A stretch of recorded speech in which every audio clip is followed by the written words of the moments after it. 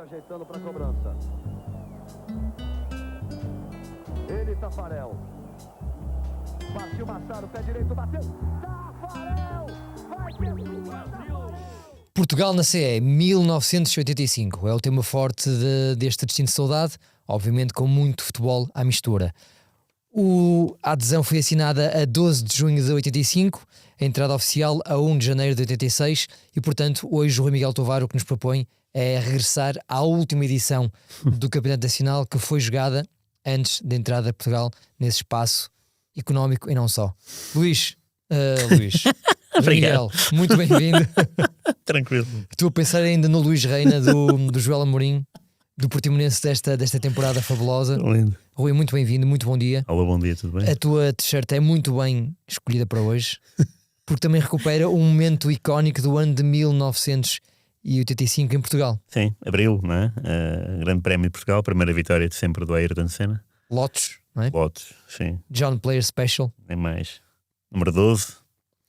12, não é? Nós entramos a 12, assinámos a 12, foi no dia 12 de junho. 12 de junho de 85 foi assinada a adesão. Número 12 é o carro do faz Ayrton. Agora 40 anos, Já precisamente. fez, sim. Faz agora 40 anos. E depois a entrada oficial, o Proforma é em janeiro de 86. Mas não vamos deixar esperar isso. Portanto, a data que mais nos interessa aqui, 12 de junho de 85, que coincide com o final da época 84-85. E coincide mesmo, porque 12 é uma quarta-feira e a final da taça, excepcionalmente, foi mesmo a única vez, foi na segunda-feira, dia 10 de junho, que era o feriado, calhou uma segunda, entre Benfica e Porto, porque tu há bocado disseste que é o Campeonato Nacional, mas de facto o último jogo é o Benfica-Porto, ganha o Benfica 3-1, e o último golo, antes de Portugal aderir à CE, é do Futre, de penalti.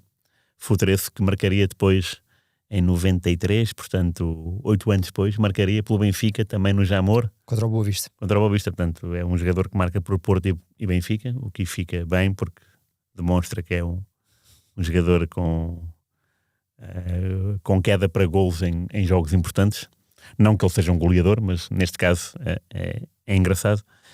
E é uma tarde, essa tarde de junho, a época é toda do Porto. O Porto ganha Supertaça, ganha campeonato, e a taça fica para o Benfica porque, primeiro, o Benfica, na véspera, nota-se os jogadores não querem, já tem a Europa garantida, através do finalista vencido, porque se perdesse a taça, o Porto como campeão, o lugar da taça das taças seria para o Benfica, logo, não é? Só que o Benfica não queria isso, não é? Não queria entrar na Europa com esse título de finalista vencido, e então agarrou-se com unhas e dentes e pela primeira vez nessa época jogou com a equipa toda acertada. E porquê pela primeira vez? Porque o treinador Paulo Cernay, sim, que era um homem muito mal encarado e era um treinador que não deixa uma marca boa em Portugal, embora tenha vindo do Bayern Munique. Isso de facto é curioso, não é? Um treinador vai do Bayern para o Benfica. Outros tempos, de facto.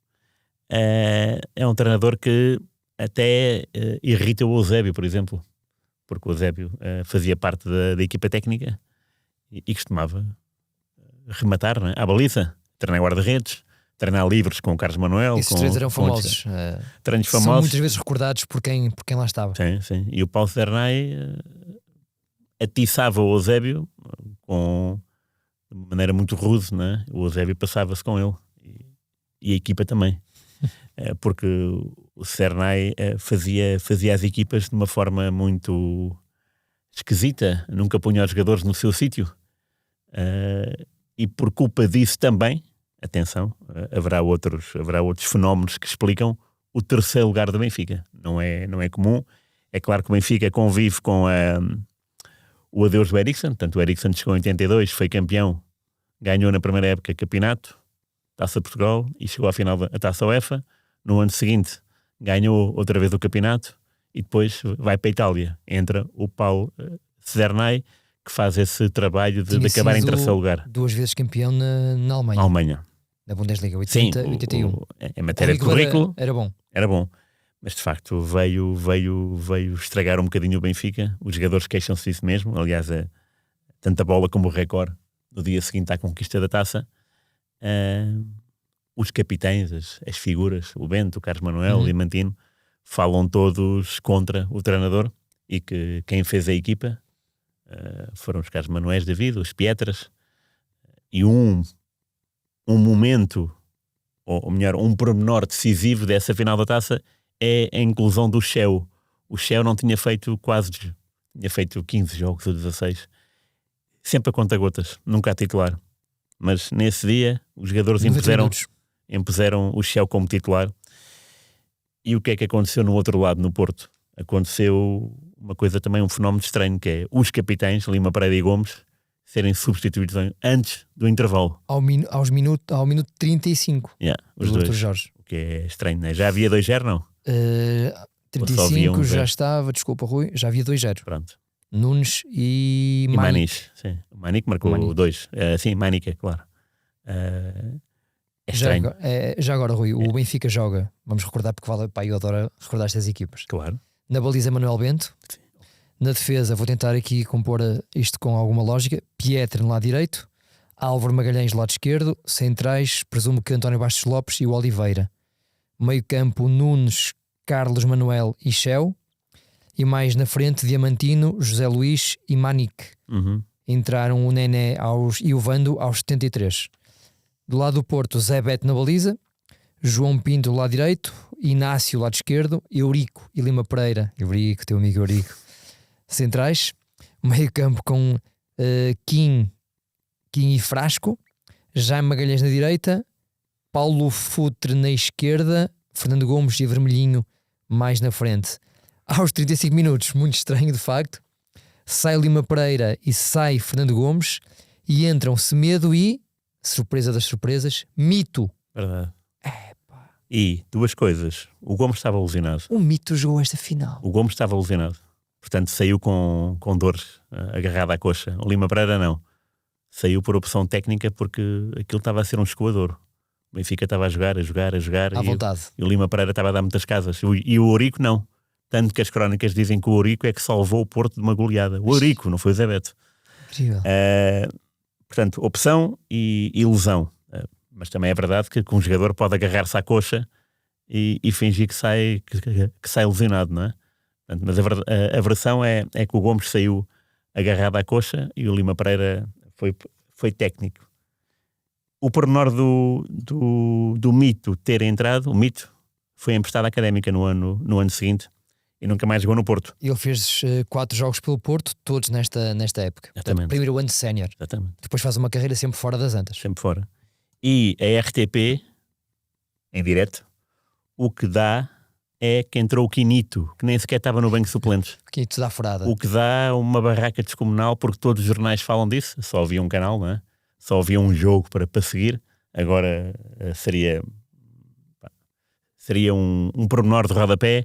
Na altura não, na altura isso foi falatório para a semana toda, porque a RTP disse que tinha entrado o Quinito, e então quem viu o jogo na televisão e quem não conhecia nem o Mito nem o Quinito, que não eram jogadores titulares do Porto, portanto não eram caras conhecidas, pensava que o Quinito tinha jogado. Mesmo assim o Quinito jogou bastantes mais vezes do que o Mito. Eu sei que era uma grande promessa, né? Mas nunca foi. Sim. Não é? Sim. Nada, não é? Assim, no mundo, no universo sportista, claramente, é um jogador que ficou aquém de. E o curioso foi que entrou o Mito, a RTP disse Quinito, e durante todo o dia choveram, imagina, né, telefonemas para a RTP a dizer que havia um engano inacreditável, né, para aqueles que conheciam de facto o Quinito e o Mito, que aquele era o Mito, mas a RTP nunca na transmissão corrigiu. Portanto foi o jogo todo. Portanto, tu estás a ver o que é a rádio dizer que é o Mito e a RTP dizer que é o Quinito. E no dia seguinte os jornais dizerem que é o Mito também. Ou ainda assim o Quinito, sem nunca ter sido titular do Porto, ainda fez 65 jogos pelo Porto. É muito, sim. O Mito fez 4. Pois, claro. Vê lá a diferença, portanto, não é? Era um estatuto... Não, e segundo o que dizem, os jornais, não tinha lógica esse erro, porque fisicamente eram diferentes. Não sei qual é que era a altura, não sei qual é que era o estilo do cabelo também, não faço ideia.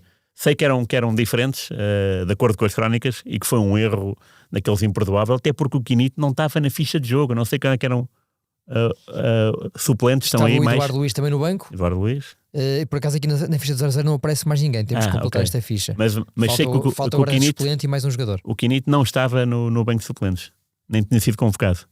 Portanto, foi mesmo um daqueles erros que ficou na história. É assim, ficou na história. Um mito urbano, não é? O mito dos Jamores. Mito urbano. O mito urbano dos Jamores. Pronto, isso é o último jogo antes da CE. É a 10 final de da taça, junho 10 de junho. 85. Era dia de feriado, Portugal. né? Daí segunda-feira. Obviamente que houve mais segundas-feiras no dia 10, só que a Federação achou por bem nunca mais repetir a proeza de se jogar à segunda-feira. Ganhou o Benfica, mas a época foi toda do Porto. Aliás, o Porto só perdeu uma vez para o campeonato, com o Boa Vista, na segunda jornada. Gol do Adão de penalti. Portanto, teve 28 jornadas sem perder para o campeonato. Sim. Porque para a Europa perdeu com o Wrexham, não é?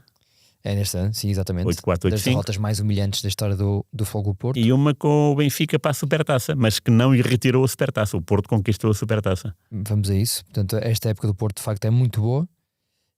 E é tudo isso. Bate tudo certo, Rui. Bate tudo certo.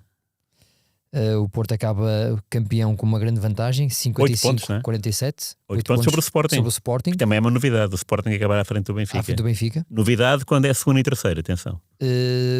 Com 26 vitórias, 3 empates e uma derrota. Portanto, uma equipa muito forte. Taça das Taças, o escândalo do Wrexham, porque de facto está a arruinar aqui esta participação europeia. A Supertaça também vence, apesar da tal derrota contra o Benfica. E na Taça de Portugal vai até à final e perde na final contra o Benfica por 3-1. Da forma que tu já resumiste e muito bem. Eu tenho por mim, eu tinha 8 anos, 7, 8 anos, né? Portanto não seguia esse Porto, não há resumos, não há jogos completos desse Porto assim à pasada, digamos. Mas a ideia que se tem quando lemos jornais é que esse Porto é o melhor Porto do Artur Jorge. E não é difícil de acreditar, mesmo que as pessoas digam, então e o Porto que foi campeão nacional no ano seguinte? E o Porto que foi campeão europeu 2 anos depois? Ok. Podemos falar com pessoas que viram todos esses Portos e comparar, e mesmo isso, mesmo comparando, as pessoas dizem que esse Porto era muito mais fidedigno, era muito mais acutilante no ataque, marcava mais golos, não sei se a estatística pode ajudar ou não, mas o paralelismo que pode ser feito com a atualidade recente é o Mourinho, por exemplo. Deu mais gozo ver o Mourinho 2002, 2003 do que ver o Mourinho Porto 2003, 2004. E o 2004 foi campeão europeu. Sim. Eliminou Manchester, eliminou Lyon, eliminou Deportivo, não perdeu nenhum desses jogos. Portanto, o Porto, e era uma equipa temível, mas de facto a de 2002, 2003 era mais solta. Mais solta, não é? Exatamente. Nós gostamos, acho eu. Claro. Eu gosto muito de ver futebol hoje de forma despreocupada. Sim. Se me derem um jogo livre, sem grandes amarras táticas, para mim é uma maravilha. Pronto. Se for um jogo, que atenção, bem jogado, mas com um estilo diferente, com uma cultura diferente, já me dá mais sono. Claro. E o Porto que promete é de facto esse 84-85, que coincide com a primeira época do Artur Jorge. Sabes quem é o jogador mais utilizado pelo Rei Artur nesta época? Nessa época? O primeiro não é uma grande surpresa, o segundo é. Primeiro Eurico Gomes, teu amigo. Eu vou dizer sempre Eurico Gomes, teu amigo hoje. Com 3.813 minutos. O segundo, Kim Vitorino. Ok. Olha, não tinha a mesma ideia que o Kim tivesse sido tão influente com o Artur Jorge como foi nesta época. À frente do João Pinto, por exemplo, terceiro. Quarto, Paulo Futre. Quinto, Fernando Gomes. Sexto, Inácio. Sétimo, Zé Beto. Oitavo, Jaime Magalhães. Mas o Gomes tem quantos jogos? O Gomes, esse jogo, tem 42 jogos. 42 jogos? 46 golos. Pois, eu sei, tem mais golos que jogos. Sim. Ele é bola de prata, não sei se é bola de ouro. Incrível. Bota de ouro, aliás. 1.10 golos por jogo. Mas é uma época muito, muito boa do Porto. E o Futre tem 10 golos, não é? O Futre nesta época faz, já te digo também direitinho, 43 jogos e 10 golos. E quem é que é o segundo melhor marcador? É ele? O Futre? Já Magalhães marcou 13. O teu amigo já Magalhães. Verdade, mais um. Podes querer. Vai ser uma tarde difícil para mim. Amanhã. Portanto, já agora neste Porto, que é campeão nacional, é o último campeão nacional antes da entrada na CE, o melhor marcador de facto é o Gomes. Acho que é um avanço. É um avanço incrível. Sobre o Cadorã, não é? Segundo, estava só aqui a olhar para o Porto, ainda para já. Depois aparece de facto o José Magalhães com 13 golos. E o terceiro, ainda à frente do Paulo Futre, o Vermelhinho com 11. Ok. Boa. Depois o Paulo Futre e no quinto o teu amigo Eurico Gomes com 4 golos. 4, boa. 4 golos. Acho que o segundo nacional é o Cadorã. Vamos Acho que a é isso. Gomes, Cadorã. Portanto, deixamos o campeão Porto e vamos olhar mais para o campeonato. Já agora. Aceitas? Aceito. Miguel. Bora. Já falámos da taça. Começamos pela taça, fomos até ao campeão Futebol Clube Porto e agora vamos até ao campeonato nacional. 84-85, o último jogado antes da adesão, entrada e adesão na CE. Porto campeão com 55 pontos, Sporting 47, Benfica 43, Sim. Boa Vista 37 e no quinto lugar, tchananana, Portimonense com 36. Cadorã. E de facto a tua lembrança do Cadorã faz todo o sentido, porque o Fernando Gomes é o melhor marcador do campeonato com 39 golos, à frente de um trio de respeito, formado por Serres Cadorã, Michael Manique e Manuel Fernandes, todos com 16 golos. Show. 16 e 39 a 13. 16, portanto o Gomes marcou mais que o dobro deste trio. Incrível. Pois. É uma época espetacular do Fernando Gomes. Pois, claro, sim. E portanto, o Boa Vista, quem é que terá sido o melhor marcador? Acabaram em quarto? Vamos aqui à lista Tem completa. algum, porque Manuel Fernandes e Manica já percebemos que são os melhores. No quinto lugar aparece ainda o Tonanha, avançado do Salgueiros. Salgueiros, lindo. Lado a lado com o grande Dejão de Belenenses. Pedro Xavier da Académica também com 13 golos, Zinho do Braga com 13, depois com 11 Eldon do Sporting, já Magalhães do Porto, Ribeiro da Académica. Boa, não há ninguém do Boa Vista ainda? O primeiro de Boa Vista, Zoran Filipovic, com 10. 10. Aparece no 12º lugar. É o único que aparece aqui nos 15. Mas o Boa Vista marcou poucos golos então, não? No Campeonato Nacional. Também te respondo a isto com alguma facilidade. Só pode ser, não é? Então 10 golos do melhor marcador? O Boa Vista faz 37 golos. Em 30 jogos? Porra, muito pouco. E ficou em quarto. Bem, grande eficácia. Incrível. O Porto 78, Sporting 72, Benfica 65, Portimonense atrás de Boa Vista 51, Boa Vista 37. É o quinto melhor ataque ou há mais? Não, ainda há melhores. Belenenses 40, Académica 45, Braga 46, Salgueiros 40 e só depois é que aparece o Boa Vista. E o Boa Vista é treinado por quem? Para ter essa... Olha, vamos lá ver quem é que era o Mister. Para ter essa tão pouca... Fechadinho. Sim. Fechadinho cá. Sim, exatamente, é giro. Fechadinho cá atrás. Acabar em quarto é engraçado. Mister, olha, dois Misters, João Alves e Mário Wilson. Não sei quem é que começou, também se varia com alguma facilidade. João Alves e Mário Wilson. Na baliza Alfredo, teu amigo Alfredo. É verdade. E na frente os dois avançados. Filipovic e quem? E o José Rafael. Eram os jogadores mais utilizados. O João Alves era só treinador, já tinha acabado a carreira, é isso? Deixa-me ver. João Alves acabou a carreira no ano anterior, Alves, então. Ainda jogou. Ainda jogou um bocadinho. Ainda jogou um bocadinho. Pois. Portanto, terá sido o Mário Wilson treinador e o João Alves terá entrado a meio da temporada. Era um plantel já interessante. Claro. Alfredo na baliza, Frederico, o Jorginho que depois jogou no Sporting, o central brasileiro, Carlos Brito, o Queiró, o Caetano, Pedro Barni, Adelino Teixeira, que era um jogador também histórico no Porto, sim. fez 9 ou 10 anos no Porto, Sim. João Alves, Parente, Rui Casaca, Rui Palhares, bom jogador, o Carlinhos, que era aquele especialista em livres, lembras-te? Lembro. Phil Walker, Filipovic, Coelho, Jaime Graça, Almeidinha, José Rafael e Vitorino Belinha. Vitorino, sendo do Espinho, não é? Exatamente. Que é muito conhecido no Espinho. Uma figura. Era uma equipa interessante. Muito bem. E quem é que desceu desse ano?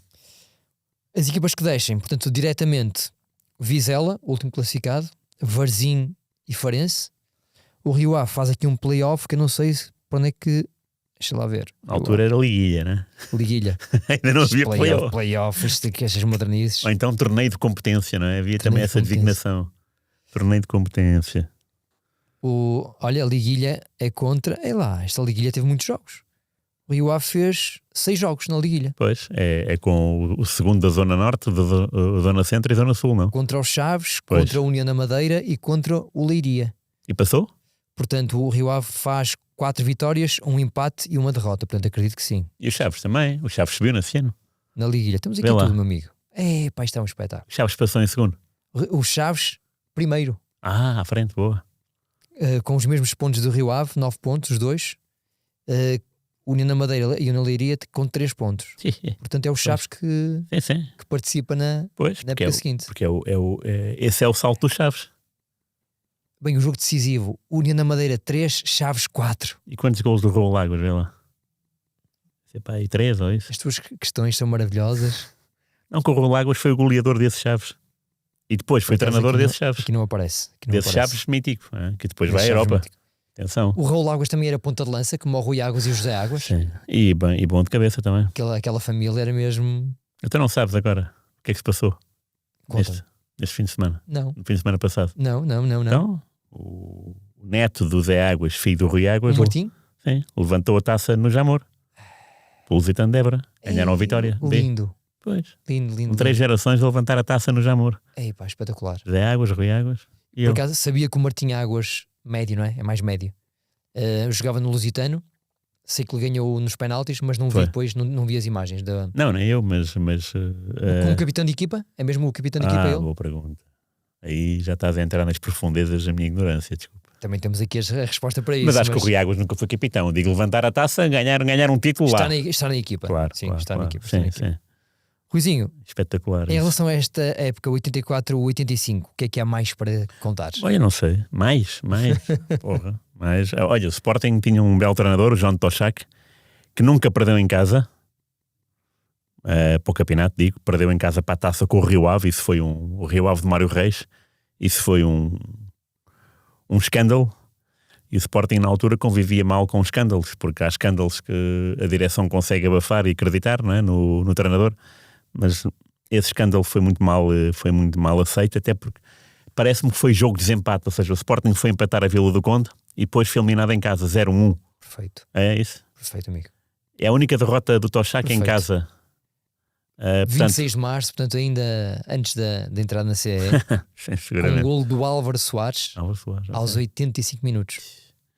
O Toshak nos oitavos de final. veio impor uma regra interessante no Sporting, que era em casa ninguém nos pode, não podemos vacilar. E de facto o Sporting cumpriu em casa. Acabou em segundo a 8 pontos de um inacessível Porto e quem sabe dos melhores Portos Sim. até então da história, não é? Sim. Não dava para competir, sendo que o Toshak perdeu. É bom ver nesse verão o Futre, porque esse é o primeiro ano do Futre. Exatamente.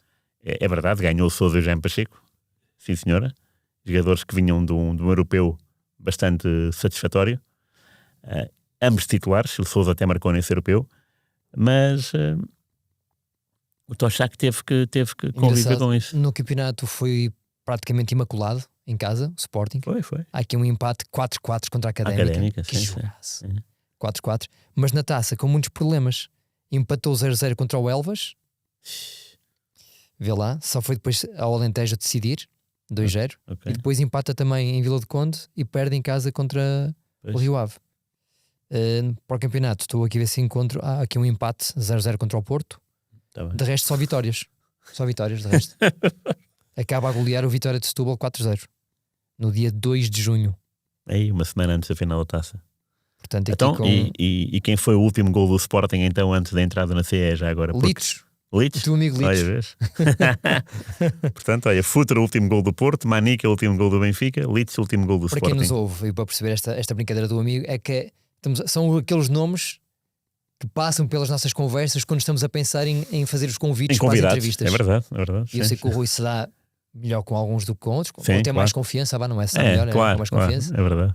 E portanto, quando surgem estes nomes, há sempre esta lembrança das conversas. Olha, o Litos não pode ir porque tem esta situação. Olha, o Jaime Magalhães não pode ir porque também tem aquela situação. Certo, sim. Às vezes era interessante que as pessoas percebessem o que é que nós passamos para... Sim, há muitos nãos, não é? Há muitos não. É verdade que à primeira até pode dar certo, Uhum. mas o normal é... E há malta que reage com muito entusiasmo também, para ser justo, quando nós convidamos, Claro, e diz logo que sim. Sim. Não, Só e há que- malta que até reage com entusiasmo. Olha, boa ideia, deixa-me ver a minha agenda. Claro. Às vezes não dá, não é? O calendário não bate certo para todos. Em 10 convites diria que a média é 3 serem aceitos e 7 É, recusados pelos mais ok. variados motivos. Sim. Não, nunca... não me lembro de ninguém ser Não, por acaso, antipático. para estes convites de de saudade e barrilete cósmico, isso mais Sim, contigo, sim. as reações estão sempre bastante positivas, Sim, saudáveis. Sim, saudáveis. sim. Claro que gostávamos de ter aqui muita gente que às vezes não consegue vir, pá, mas isso aí tem a ver com datas e é normal. E geografia também, não é? A geografia. Portanto, há pessoas que estão no Algarve e vir para aqui como é que é. A nossa redação é em Gaia e Claro. muitas vezes, aliás, já tivemos o comentário de epá, vocês só convidam pessoas ligadas ao Boa Vista, ao Porto e ao Vitória.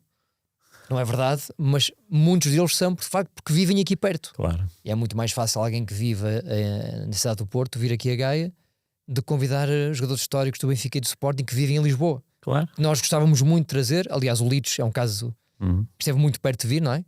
Sim. Já falaste com ele uma vez, ele esteve muito Sim, perto de aceitar o convite.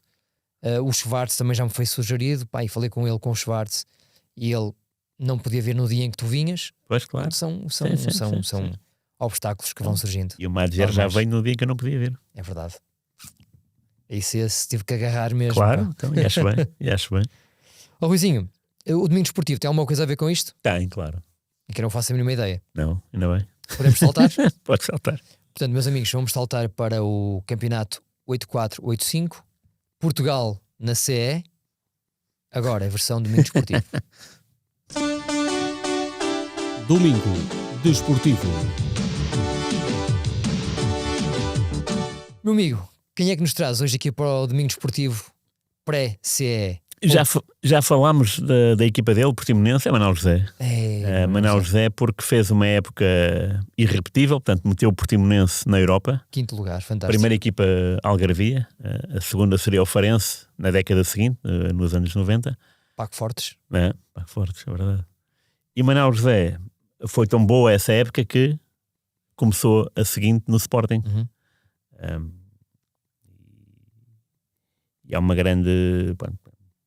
Para além de ser um treinador com um currículo bastante generoso no que diz respeito à primeira divisão, número de jogos, só não tem muito mais jogos, um pouco a imagem de outro imigrante de luz, que é o Jorge Jesus.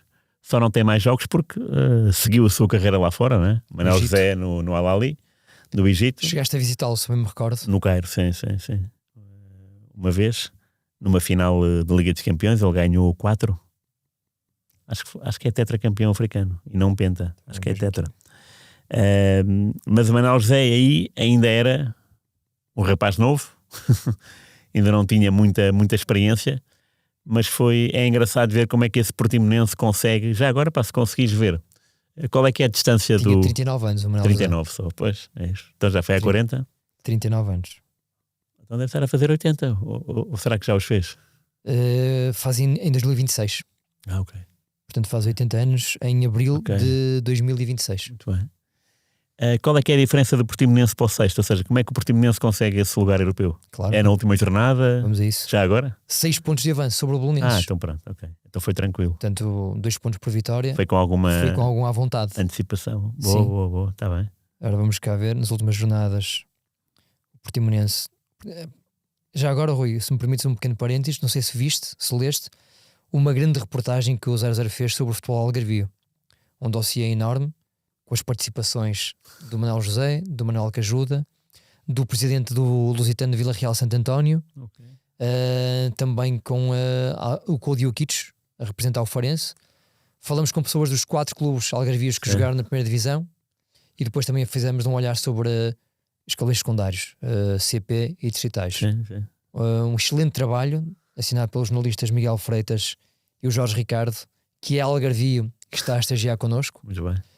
E sinceramente foi um trabalho que é um documento que fica histórico. Claro. De facto está muito bem contado. Eles foram bater praticamente em todos os lados do Algarve, e o Manuel José teve uma participação fundamental a recordar muito do que foi este Portimonense dos anos 80. Claro. Posto isto, se puderes, se não leste, não li, não. E quem nos está a ouvir também convido a fazê-lo. Respondendo à tua questão, o Portimonense faz um campeonato de facto muito bom e chega já com alguma vontade aqui à fase final, sendo que acaba a perder em casa contra o Porto, já estava qualificado, e acaba a última vez que ganha Foi na quarta jornada a contar do fim. Portanto, consegue mesmo desacelerar Pois, no final, Sim. porque fez um grande campeonato. E ganhou quem nessa... Ora, vamos ver. Aqui, o Portimonense começa logo a golear. A golear não, 4-3. Salgueiros, que grande jogasse. Depois contra os grandes, perde na Luz 5-1. Empata em casa com o Sporting 0-0. Depois perde nas Antas 4-1. Na taça também cai nas Antas por 2-0. Empate em casa contra o Benfica 0-0. Perde em Alvalade 3-2. E depois perde contra o Porto no último jogo por 3-1. Portanto, contra os grandes não conseguiu vencer, mas ganhou muitos jogos. Ganhou muitos jogos. Pontos. E ganhou pontos. Diz Portimonense, já agora, Rui. Do Manel Zé, o jogador mais usado, Simões, histórico do Futebol Clube Porto. Sim. À frente do amigo do Joel Amorim. O Joel Amorim, que está aqui a assistir às gravações, nosso amigo Joel Amorim, que já foi convidado especialíssimo e que me cedeu esta camisola do River Plate. É verdade. Belíssima. Joel, 2002? O ano não. Segundo o Franco Vergara, que é o nosso jornalista argentino, que trabalha no nosso domínio argentino e também faz a gestão dos domínios latino-americanos e que é um hincha do River Plate. Simões à frente do Luís Reina e do Carvalho. Os 3 jogadores mais utilizados pelo guarda-redes, quem era? O guarda-redes era o Vital. Ok. Muito bem. Jorge Vital. Muito bem. O suplente era o Mendes. Acho eu que o Vital era titular. Vamos ver se era o Vital titular. Portanto, um belo Portimonense. Sim. E eu gostava de ver mais equipas algarvias e alentejanas Claro, obrigado. na Primeira Liga. Claro, mais sim. não, pelo menos uma, não é? Uma Sim, de cada agora. região. Agora sim. Há bem pouco tempo tivemos as duas, não é? Tivemos, ainda há pouco tempo. O titular era o Mendes. O Não Vital Mendes. era o habitual suplente. Ainda faz aqui uns jogos na fase final. Faz 7 jogos no total o Vital e o Mendes fez os restantes. O Manuel José, que faz uma carreira muito bonita. E Falou tem... muito bem com o 0-0 Sim, ainda semana passada. sim. Ele fala bem. Já o entrevistaste algumas vezes? Muitas. No Cairo, muitas. Muitas. Não. Então por telefone era quase. Sempre que o Abali jogava, telefonava-lhe, não é? No Record. Isso era mato. O Pedro Barney foi adjunto dele muitos anos, não foi? Foi. Acho que foi junto só na parte final. Na parte final da carreira dele. Na parte final, que é aquela quando começa a dar por torto, porque há aquela invasão de campo em que há mortos Lembro perfeitamente. no Eu Egito, estava não lá. é? Estava lá. O Barney era adjunto do Manuel José e essa terá sido a última entrevista que fiz no Egito, porque apanhei no aeroporto à espera de voo aos dois, Ok. ao Manuel José e ao Pedro Barney. Ok. E o Manuel José, quando eu fui em 2006, ele não tinha adjuntos portugueses. Tinha um tradutor e mais nada. Ok. Modernices, não é? Modernices. Ou melhor, pré-modernices. Pré-modernices. Não ter adjunto, não é? Português. Sim, mas deve ter sido ele e o Arthur Jorge seguramente as pessoas com quem mais falei, porque jogavam todas as semanas ou Estavas no ou de Internacional 3 ou do 3 dias. do Sim, Record, não é? sim. Era eu que tinha o telefone deles, era eu que telefonava, tipo, olha, liga lá. Ou eu sabia que era o dia do jogo e telefonava, e sempre foi uma relação impecável. Nem sequer a relação de jornalista entrevistado, era uma relação normal De amigos. de amigos, e que foi sempre melhorando. Estava a tentar arranjar vir aqui ao Porto, a Gaia, fazer o que nós fazemos, 3 programas, 4 por dia, e depois entrevistar o Manuel José no dia seguinte. Mas às vezes eu não posso, às vezes ele não pode, e pronto, é como um calendário que falávamos há pouco.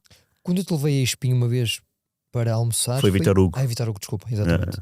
Estava a associar Espinho a Manuel José. Sim, claro. Aquela marisqueira em cima da praia, não me exatamente. recordo agora o nome. E também a outra vez que almocei em Espinho foi com o António Fidalgo. Fidalgo, sim. Aí parei num comboio, ele foi-me lá buscar. Que já foi convidado do Destino de Saudade. Também. E são... Pronto, e agora com o Alali já jogou com o Porto. Obviamente que vem-me logo à memória o Manuel José, não é? Porque foram muitos anos lá e com certeza que se ele for lá será reconhecido desde o aeroporto até... É um deus. É um deus. Um deus no Cairo. É um faraó. Quase 80 anos, Manuel José. Incrível. O Manuel José, quando eu fui, ganhou a taça, a Liga dos Campeões Africanos. No dia seguinte, eu e o Manuel Casaca do jogo, né? Fizemos uma reportagem nas pirâmides com a taça. Era o Manuel José e o tradutor. O Manuel José, no meio das pirâmides, não demorou 5 minutos. Impossível. E não estou a ser... Eu acho que até estou a ser simpático em dizer 5 minutos. Não foram 3 minutos. Mal ele apareceu... É impossível. Foi tudo. Foi quantidade de gente. Tudo. Pessoas, camelos. Foi tudo ter com ele. Tudo. Tivemos que ir embora. Não dava. É tudo a querer tocar, a querer Sim. falar. Não é aquilo que os jogadores dizem da...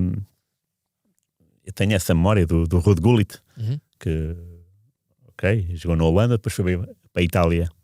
E aquilo em Itália era insuportável, porque ele não podia ir ao cinema, não podia ir jantar fora. Porque era sempre... Não conseguia imaginar-me colocar pessoas cá fora à espera deles. Nessa posição. Pá, e ele depois foi para o Chelsea e pensou, mas estou noutro mundo, não é? Porque ele podia fazer a vida que quisesse. À vontade. Ninguém o chateava. Uma vez, um autógrafo, ou falar com ele. Uma pessoa. Sim. Não era aquela... São cultura... Aqui em Portugal, felizmente, acho que as pessoas andam à vontade. Claro. Já te dei este exemplo do Iker Casillas, falamos sobre ele até há pouco tempo, aqui no Destino. Ele andava completamente à vontade na zona onde vivia. Frequentava os cafés, os restaurantes da zona. Os miúdos dele andavam a correr ali livremente e ninguém o chateava. Pois. Eu nunca vi, pelo menos. Sim. Acredito que terá acontecido alguma vez, pelo menos abordagens. Claro. Mas acho que as pessoas compreendiam que ele queria essa vida normal. A fuga dele de Madrid, claro, tem muito a ver com isso também. Com a capacidade ou a possibilidade de ter uma vida mais serena aqui no Porto. Verdade. Eu não imagino isso no Cairo, Manuel José, não, meu Deus. Impossível. Portanto, e depois fomos almoçar num sítio recatado, com mesa marcada pelo tradutor, e aí é que se pôde fazer a entrevista e a reportagem com a taça, mas eles não estavam interessados na taça, eles queriam era tocar no Manuel José, foi incrível. E não durou, é o que eu digo, não durou 5 minutos, acho que foi muito. Eu acho que foi muito menos do que isso.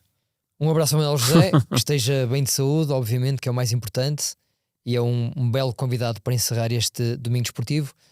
Seguimos agora em frente, Rui, para o Música Maestro e antes o cassete VHS, mas com muita pena nossa, para verem e ouvirem estes segmentos, têm que estar em 00.pt, porque no Spotify e no YouTube não nos deixam, não nos permitem, são mauzinhos para nós, não é? Verdade.